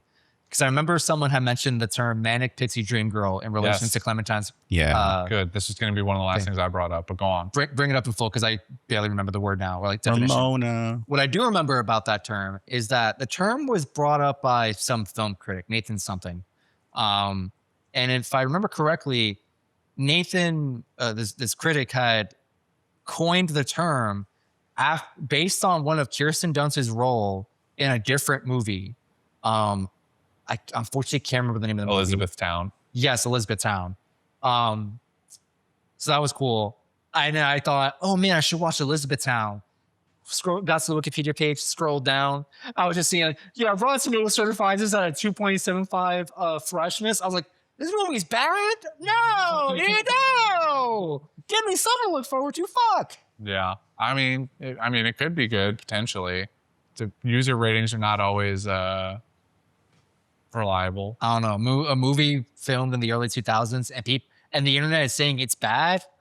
I would believe that particular internet judgment. Mm-hmm. Like, damn, the internet said you were bad back in, I don't know, fucking 2012. You're definitely bad. Yeah. So to expand slightly on what you started, the term was coined by a film critic named Nathan Rabin or Robin, something like that, Rabin, in his review 2 years after the fact of Elizabethtown. So in 2007 is when he coined this term. So 3 years after our film came out, Eternal Sunshine, we have this term that is made to sort of embody this character that seems to bring, specifically female, as is designated in the term itself, a woman or girl that just seems to bring some sort of extra energy to typically a man's life. And Man and Pixie Dream Girl can obviously be in a queer relationship too, but I think it is predominantly for the sake of a young man or boy to feel some sort of extra lease on life through vicariously this girl or woman, and so it just and weirdly enough, Clementine both is this character, but denies that she wants to be this character because of the quote that we keep bringing up, where she's like, people keep using me as this like novelty where I fulfill something for them or bring them some sort of peace by being who I am. And that ain't it, chief. Yeah. Like, I don't want that. So, she despite the term being coined 3 years later, she still kind of is this role before it was a thing. So People I saw in a more humorous manner. I saw a lot of people saying like Clementine walked so that Ramona Flowers could run. If you're familiar with Scott Pilgrim, there are many obviously other examples, but I think those are some of the most common ones that people know. You know, I think there are going to be people who like agree or disagree with on this point. I think Clementine is as a character is like positioned as someone who would be interpreted as a manic pixie dream girl, but I think the character themselves is like aware of that and they try to challenge that. And I think in some ways they do, and unfortunately, the like I would be understanding if a viewer didn't agree with that, because Clementine doesn't get enough spotlight, doesn't get enough. I don't think enough of her like personality gets shown, like as the trope really dictates. A character like Clementine is really meant to be, you know, this like tool, a battery, or whatever you want to think of it as. Yeah. That's supposed to inject something into a character like Joel's life. I'd also agree that she's probably not fall into that category. Mainly because she deliberately goes out of her way to be like, hey, your problems are your problems, dude. Yes. Like I think make them sometimes mine. constantly like challenging that view that's like put on. Yeah. Like I know you're looking at me as this way, and I'm constantly showing you that I'm not, or trying. Yeah, it's to. like, I'm not going to solve you. Like, that's not me. Don't Yeah. look at that from me. You think I am. That's why you're with me, brother. You're so Yeah, wrong. and she's deliberately going, nope. I think a good way to go around that, it would have been nice to have her like have a scene where she's making something like a craft or something, like something she's always like showing, like something that Joel got, like just have her like be in the corner like crafting that thing, Bro, whatever. those fucking potato head dolls or whatever the fuck. Why don't we get the behind the scene action on it? She has so many. Yeah, there's really no context ever given. It's just Yeah, there's like she does. yeah, there's a way this could have all been portrayed just a lot deeper, like the relationship itself, like the dull moments. All we really got were the high highs and the low lows. We didn't get like the middle stuff Yeah. where like they're just sitting and like enjoying themselves, not hating or loving each other as extremely as we saw. Like, I don't know, maybe she was dyeing her hair at some point and she requested help, and then he's helping her dye the hair, and it's just like that could have been there just to give her more depth. And I don't know if that's just a lack of representation for that type of character in that genre, like I don't even know what you would call this genre, or just writer didn't feel like doing that. Like it's a question of like, is this an oversight from a filmmaker, or is like It was intentional, yeah. or was it intentional? Yeah, I mean, there's also only so much time that you can dedicate to the film too. Like there was stuff in this movie that was cut. There was originally going to be a scene where it was Joel and Naomi, the other his like ex. There was going to be like one or two scenes with them too, about like where I forget the exact context, but it was at whatever stage of his relationship with Clementine was at. The specific context was going to be like a one night stand with Naomi. So I don't know if it was like beforehand, if it was after, or whatever the case was going to be. But so like, yeah, there was and fun fact, it was Naomi was going to be played, or those scenes were filmed but cut from the movie, and Naomi was played by the woman who is Grey in Grey's Anatomy. I can't remember her name right now.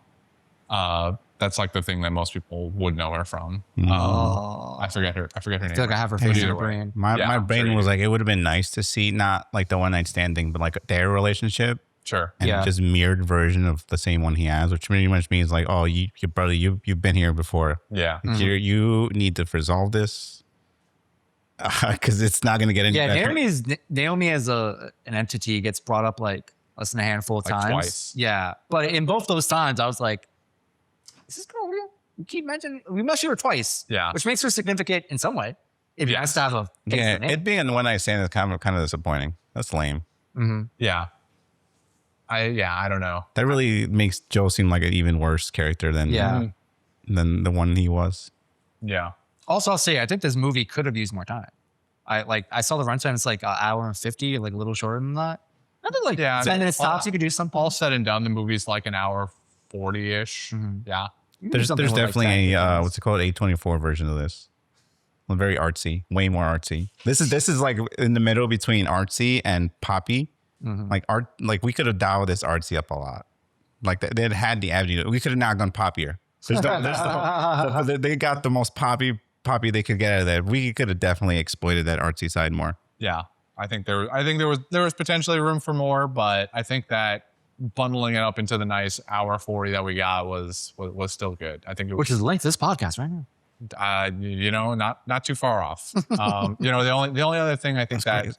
I is going to get maybe kind of left to the wayside here but I do want to bring up as very notable for it as well is that they do a lot of technical things in this movie to make it even better. Like Jordy mentioned the sound earlier, but they also do a lot of different camera tricks, like old school camera tricks to avoid doing CG. Like in the scene where he's a child underneath the desk or the table again, like that's all camera work. There's no CG there. They didn't like go in after and shrink him.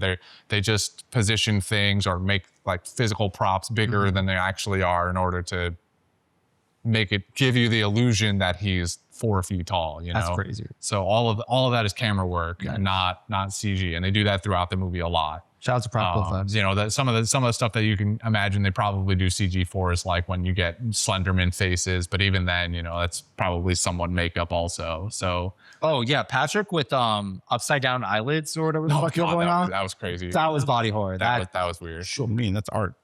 I mean, it is art. It is. But, Doesn't mean it didn't scare the shit out of me.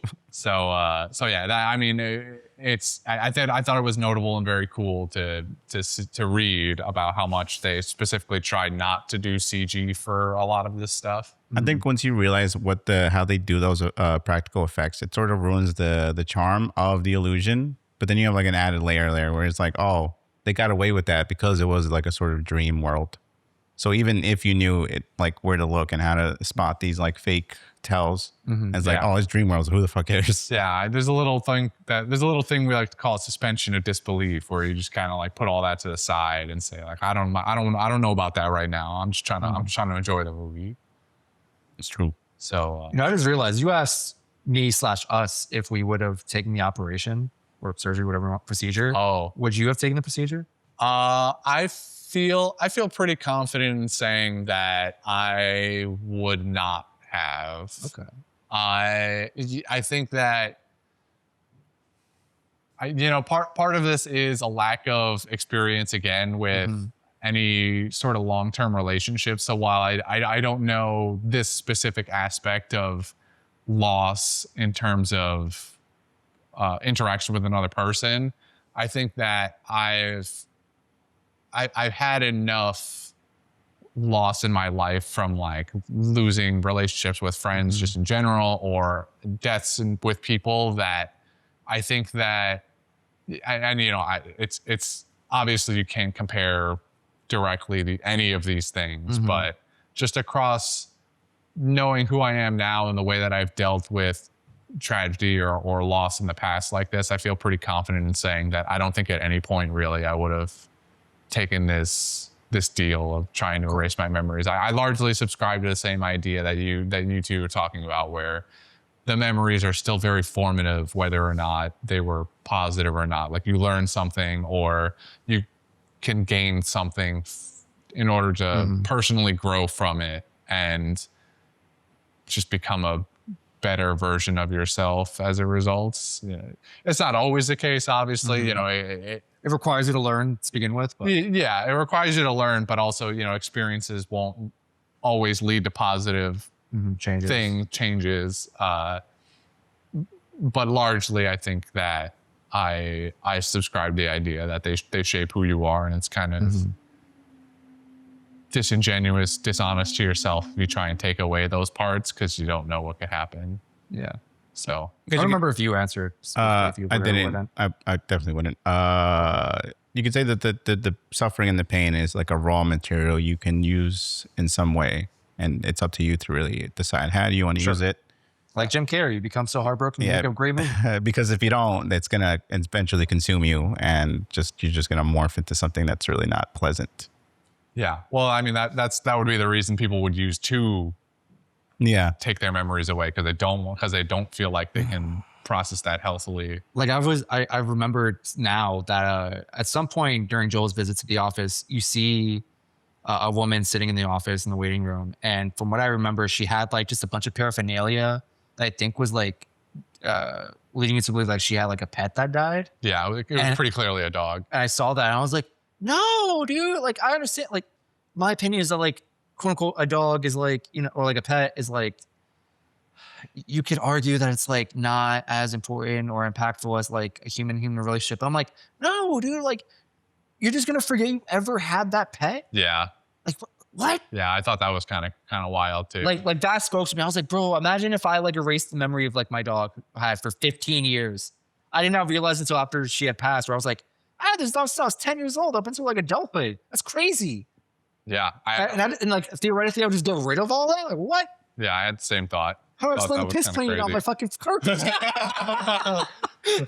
How do I explain the fact that my vacuum cleaner still smells like dog hair after 10 years? Yeah. There's a funny theory of thought out there where it's like, why aren't we treating people the way we treat our pets or ourselves? Like, why don't we treat ourselves the way we treat our pets? People like pets or animals in general more Well, than that's what I'm humans. saying. It's like, Yeah. I also can't explain to you Treat- why exactly. love yourself the way you would love a pet. Yeah. And if you're a good pet owner, right? Listen, there's a lot of shitty people out there. Give me belly rubs. Yeah. Clean my hair. That's all I need. I like. I'm just It's like, yeah. So it's like your immediate disgust towards somebody removing their memories of the pets. And I was like, where was this passion when it was an actual person? It's like pet crosses the line, sir. That's too far. We're getting rid of the memories of Rocky. How fucking dare you? How fucking dare you? All right, I'm gonna officially cut us off here. But move on to the other stuff. So I have the budget and the gross worldwide moneymaker for Eternal Sunshine of the Spotless Mind. Gentlemen, how much do we think this movie was made for? Now we've got a lot of big names here. We did. This movie was stacked. We got a stacked cast. Some of them in the early years of their careers, to be fair, but some of them not. Nah, they took pay cuts, bro. And I mean, who knows? And there was limited use of CG, as I already stated. Jim which is Carrey ain't also- take a full cut of this. There's no way. I don't know. There's no kick. I don't know, man. Kirsten Dunst, maybe. She's hot off of Sam Yeah, Raimi's yeah, maybe. Spider-Man. Some of these people need the money. Some of them don't. Young Mark Ruffalo. I don't know what I never realized it. Mark Ruffalo's in a lot of stuff. I just didn't recognize him as Mark Ruffalo in his younger years. Because you didn't know him as a Hulk yet. Yeah, it's because he wasn't Hulk. Because he hadn't played Hulk yet. Mm-hmm. There's like a lot of things in this movie. I don't think Mark Ruffalo gets enough credit for being the person who plays the same character all the time. The same way that like Jesse Eisenberg Yeah. and like Michael Cera. Yeah. It's like yeah. we gotta put They're just playing themselves. we gotta put what's his face? What was Mark Ruffalo. Yeah, Mark Ruffalo in that same category. It's you're the same person in every movie. No, he's right. Like maybe that was just like Ruffalo's look. We don't- but, yeah, like we Mark don't- Ruffalo, like visually in all his movies, same haircut, always wearing the glasses. Even as a character, it's like you're kind of playing. You're like maybe at a different playing emotional, himself. yeah, a different emotional wave, but you're pretty much playing the same character. Yeah. Witty guy, witty, mild comic relief, Kinda sometimes nerdy smart guy. guy, yeah, nerdy guy. I'm gonna say 15 million. 15 mil? What Pull you got, that Jordy? straight out the ether. Oh, Jim Carrey's like right off of Bruce Almighty on this one. 2005. Yeah. Okay, 2004. yeah, that man took home a paycheck. He could be looking for big bucks. Nah, he took a pay cut. He does a series. I don't know if the depression is strong enough so they can take a pay cut. This is a Series good of guy, the Jim artistry. Carrey. too. No, this is good guy, Jim Carrey. I'm gonna say 20 mil. 20 million's your answer? Yeah. And 50 million is yours? 15. Probably less. Ladies and gentlemen, Jordy's on this podcast approximately once every year, and he fucking nailed it. This movie had a budget of approximately $20 million. All right, wow. Okay, I mean, you were both close, to be fair. 15 mil, very good guess. 20 mil, Jordy just nailed it. But Crazy. now, the harder part, was this a successful film? And if it was, by how much? Absolutely not. Absolutely not. Absolutely not. Not a successful film, he No. says. Okay. I don't think it will So be for like the a record, flop. so just so the math is out there, $20 million, right, is the budget. Typically for marketing, we double that.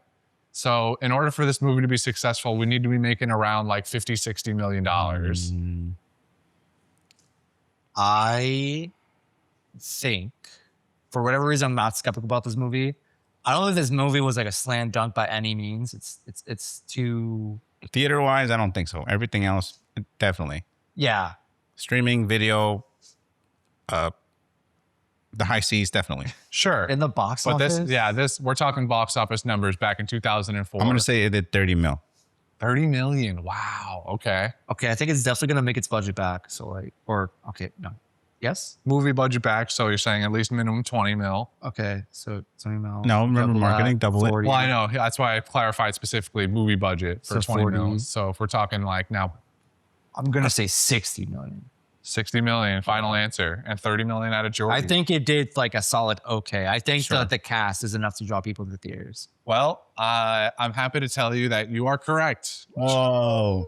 It was in the sense that it did draw people to the theaters. Your number was actually lower than the actual. Whoa. It got $73 million. yeah. This movie was a Crazy. success. They made almost 4 times the budget alone of the movie. So they about doubled their money overall. Okay. I underestimate the people of the 2000s. Yeah, you know they were out in droves, man. Yeah, Yeah, I forget people used to actually go to the movie theater. people did. Go I to also the forget that theater. people, Yeah, you know, you think of the people who watch Scooby Doo live action, who like people wouldn't appreciate the cinema. I mean that movie made bank too a little. I mean it cost a fuck ton of money, but okay. Well, that was good. Thank you. Thank you for participating in that one, guys. I have to move on now to letterbox reviews, where I've got 5 for you boys, But this is going to be a hard one. and this For sure. They always do are. tend to be hard. No, this is way harder. Not that this is any indication of the reviews that I've got, but Letterboxd aggregate score for Eternal Sunshine is 4.2 stars out of 5. Okay. So people, as you might imagine, like it. they like this movie. Now that being said, I'm gonna read this here summary. Not the only film to recognize that relationships are perpetually clumsy and collapsing, but to see it reflected in its formal construction is key. Back in 2004, Rosenbaum, who I assume is a critic of some kind, called this a cinematic Mobius strip. And that to me is what makes this special. Where it eventually gets to is less important than how it gets there. Pain locked in an eternal conflict with yearning. It's a 4-star. Do we both know what a Mobius strip is? Just for the No, record? not even. No idea. So a Mobius strip, if you imagine taking a piece of paper Mm-hmm.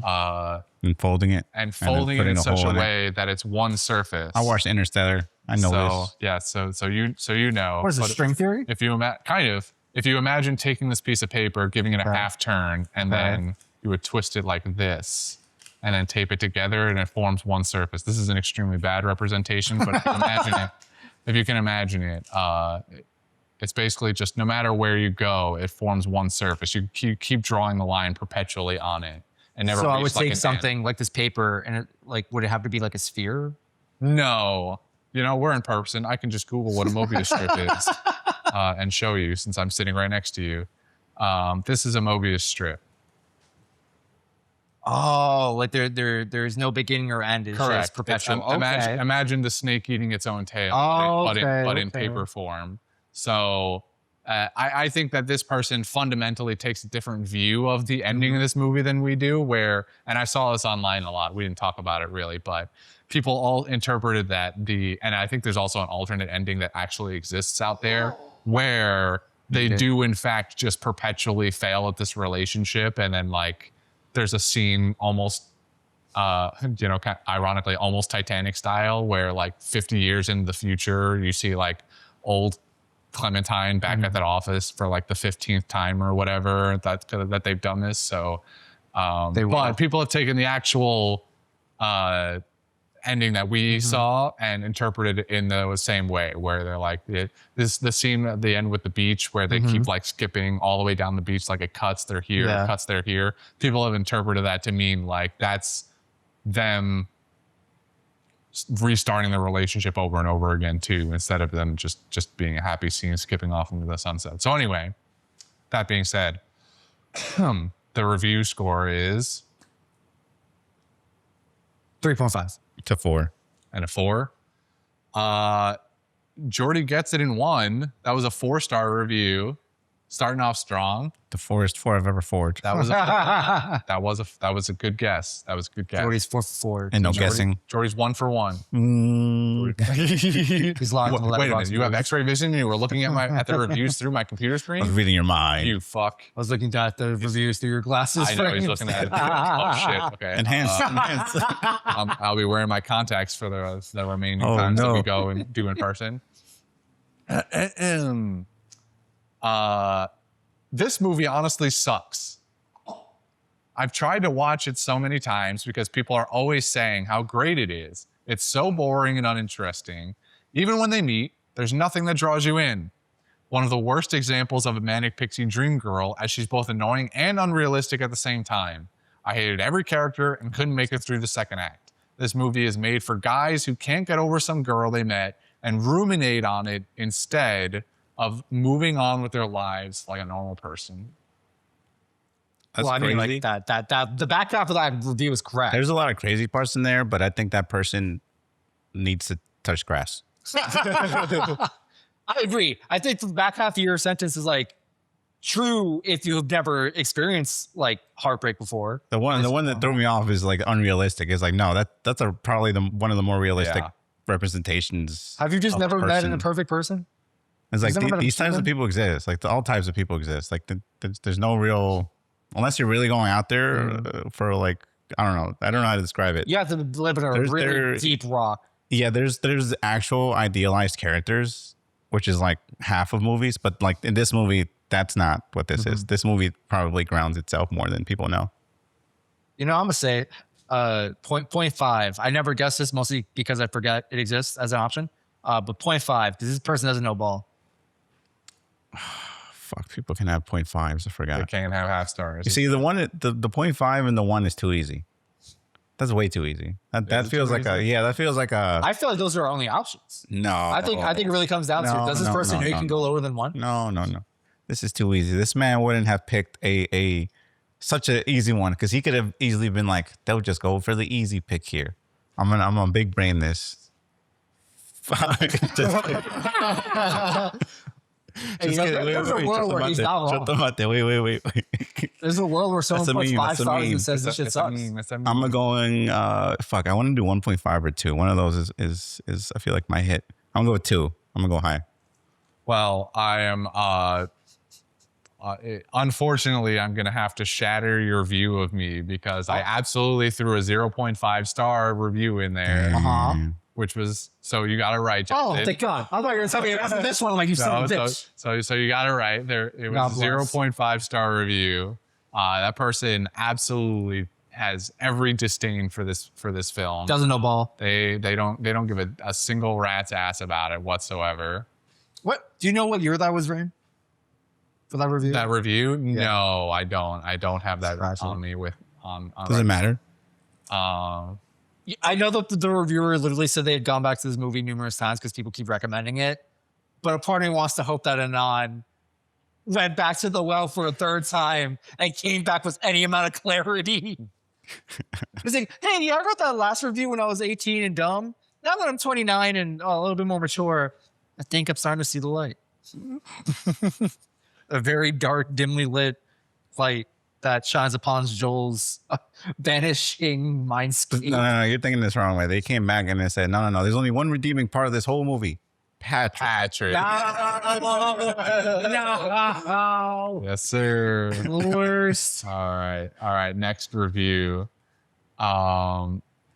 This person says, I can't believe how much this movie has grown on me since my first and even second watch. Yep.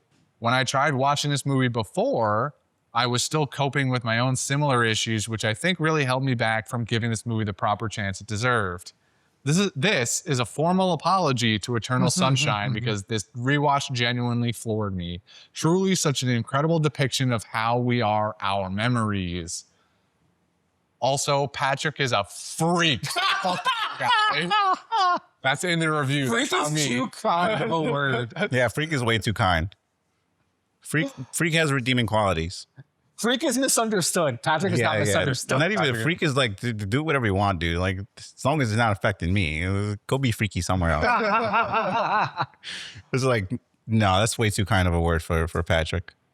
Fuck. See, look, the redemption arc is easily telling me a 5-star. The fact that they had to go way out of the, came back to this, changed their thought. I'm going 5.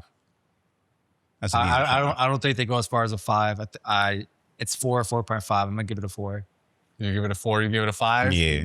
Jordy's right. It was a 5. God damn. They came back. They loved it. Whatever they bought. I don't have the ability to see what they reviewed it before if they did, but they're a 5 now, and that's all that matters. That's You all that can't. matters. Redemptions count for way too much. It's true. People love it. There's like 2 5-stars. Did you have the nostalgia or the redemption? It's like either or is going to give you the max leverage or the max. He's Speaking facts. books and he's proven right so far. All right, 2 more reviews. Jordy's up to year 1.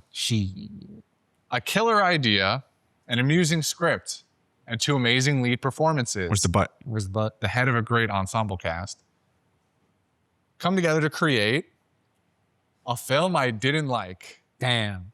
What? I hear you spluttering. By the way, you just got coffee on your computer screen. Oh, look at it. It's right there, Jordan. No, not my computer. Yeah, there you go. I didn't like the one film on here that everyone adores. This is the review, like speaking like directly to you. The film that emotionally struck a chord with them, reminded them of their own romantic endeavors and of life in general. It just didn't click with me. It was not emotionally resonating. It was twee, precocious, and ever so slightly boring. I was just so bored. I don't see what this movie has that makes it so magical, so wonderful. That being said, I do like the script. It's pretty honest, and it could be said I am like Clementine, Kate Winslet. And the acting was top notch, and I still didn't like it, and nothing will change that. Well, maybe a rewatch, but not for a while. I think Eternal Sunshine of the Spotless Mind is mammothly overrated. You think they saw Tenet? I go out on a limb and say no. And I don't think they saw Jordy's Chinese movie either. My brain initially went 3.5. So I don't think they think it's actively bad to be like 2.5. But I think 3.5 is like too positive. So maybe they're really just stuck on the 3. I'm going to talk myself down to the 3 final answer. Anything above a 4 is too high. Anything below a 2 is too low. So 2.5. 2.5 and a 3. Jordy's getting good. God damn it. Jordy's getting good at this. Wow. That was a 2.5, gentlemen. My man's taking fucking SAT prep classes for the shit. Right? Yeah. Man, Jordy's got these people dialed in on Eternal Sunshine. What if Jordy is just all of these reviews? They're just all reviews at different points in his life. They're all bots. They're all bots. I said bots loose at the age of 10, and now they're coming back to All right, last one. Last bit of redemption. God damn. This movie destroyed me. It somehow reminded me of a quote from Call Me By Your Name. If there is pain, nurse it. And if there is a flame, don't snuff it out. Don't be brutal with it. We rip out so much of ourselves to be cured of things faster that we go bankrupt by the age of 30 and have less to offer each time we start with someone new. I should have really looked up what Call Me By Your Name is, but I didn't. It's a nice Italian movie. Well, he knows. The truth is, we place too much value on outcomes. We imagine that if a relationship ended in heartbreak, then the whole thing was worthless. And these moments, good or bad, are beyond priceless. Cherish the entire journey. Giving it a 5. Hail Mary. Hold on, I'm making sure it is Italian. Yes. Jory's fact checking himself quickly so to make sure he doesn't look like a fool on I used cast. the quote on that movie on one of my videos. Oh, okay. That's how I know it. I see. There's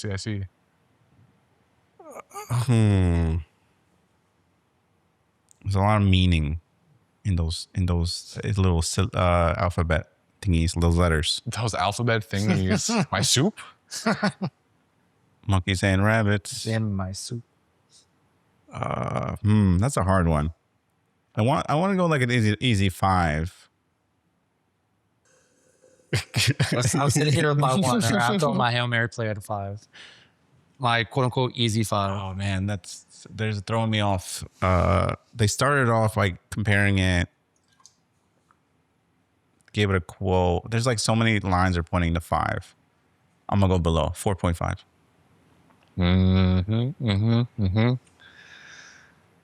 That was a 5-star review. Oh, that was a full 5-star review. Excellent work, Justin, for snuffing that out. Sniffing that out. I mean, Yeah, stuff the flame. Just snuff it out. Snuff it out. Just like my love. Yes, very good, gentlemen.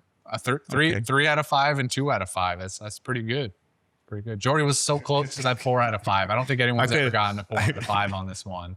Crazy part. Wait, the crazy part is the things that gave me the right answers were the things that got me the wrong answers. Ain't that just a motherfucker? He's like, wow, everything leads to this answer.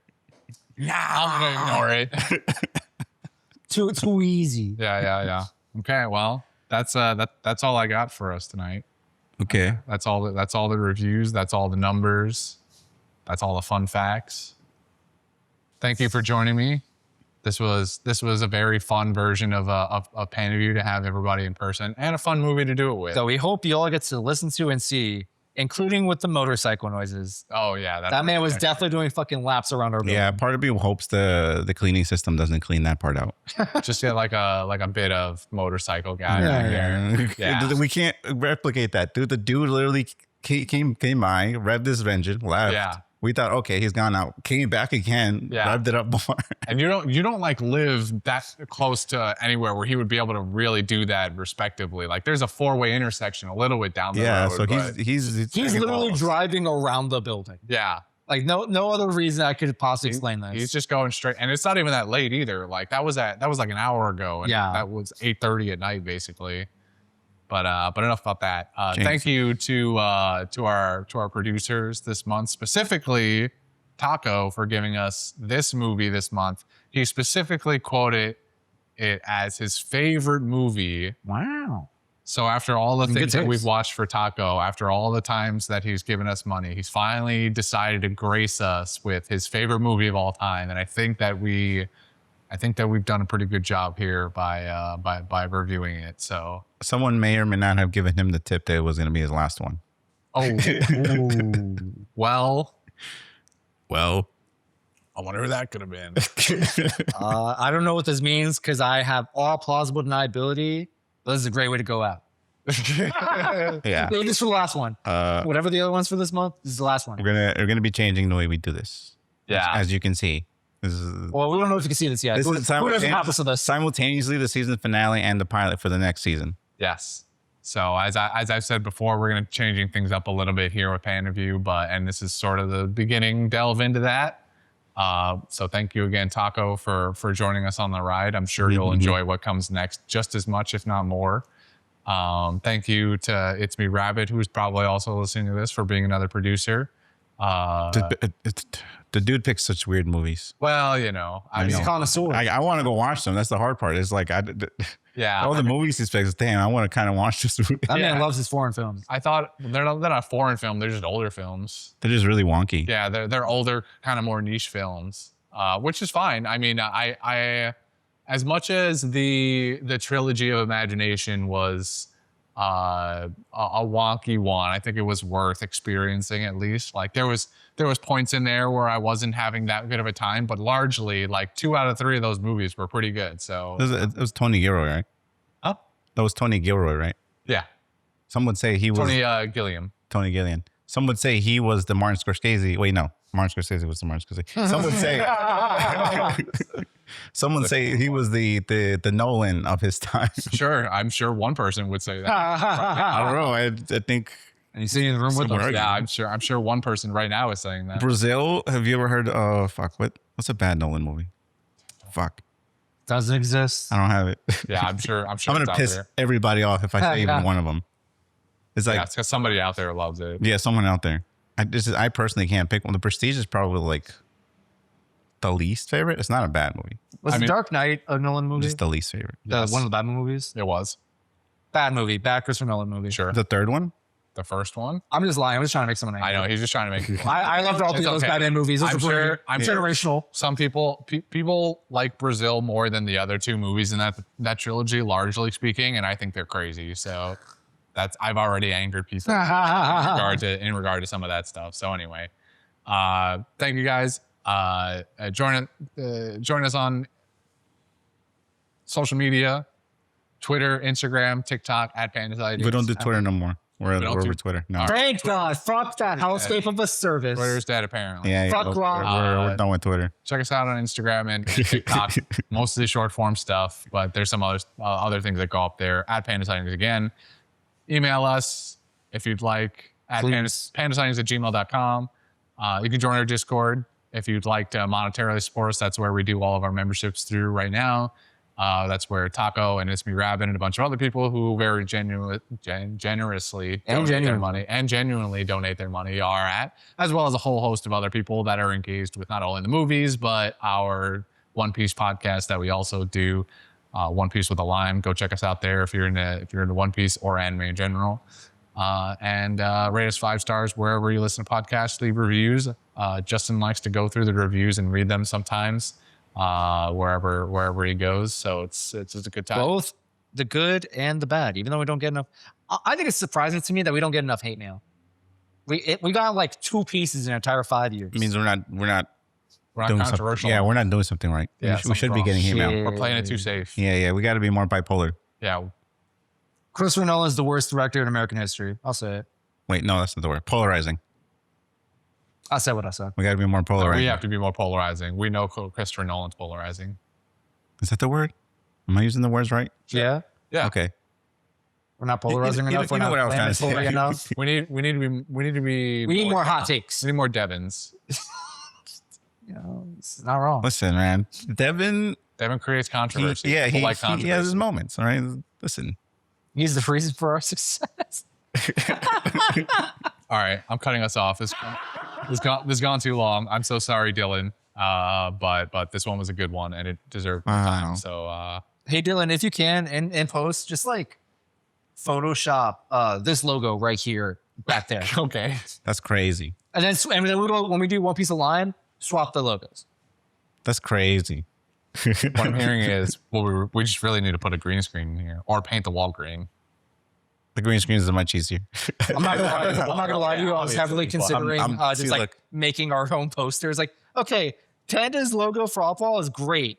How do I attempt to kind of sort of copy that and then put it on the wall? But it also has me be able to get taken down. And then we put our You know, Kind of you you just get a You just monitor, want, right? Like, you just want like banners. Then. You just get a Yeah. monitor, dude. That's what I was gonna do. I was gonna just put a monitor over there. Monitor, right? Like a big TV monitor. Yeah. I A lot, think a lot it's easier. TV. We just like Yeah, or projector. we can have cool. I thought about that. It's like the price for a monitor and the price for a projector. There's are like surprisingly inverted. yeah, because not only do you have to get a good projector, like that light has to be off Yeah, to have like good yeah. light there, and then I also have to have like a. It's just not fun. Also, monitors are like fucking $20. Yeah, these days. I mean, also we would need like a big enough TV that it's going to show up on the camera. Is like it's not inexpensive, but $80 in and out. It is less expensive than a projector. I do know. Yeah, we're not trying to like watch HD 1080p K whatever. All right, we just want to have an image up there. Yeah. Yeah. All right. Cut. That's the end clap. There's no cut. They're still going. That's the They tail. just don't know it. I don't have audacity to press my stop button. I don't know what we're doing. I know. They're Yeah. forever stuck here. Oh, It feels strange to be having not having to press a stop button Like, myself. what do I do All now? right, we're done here. All right, cool, great. Let me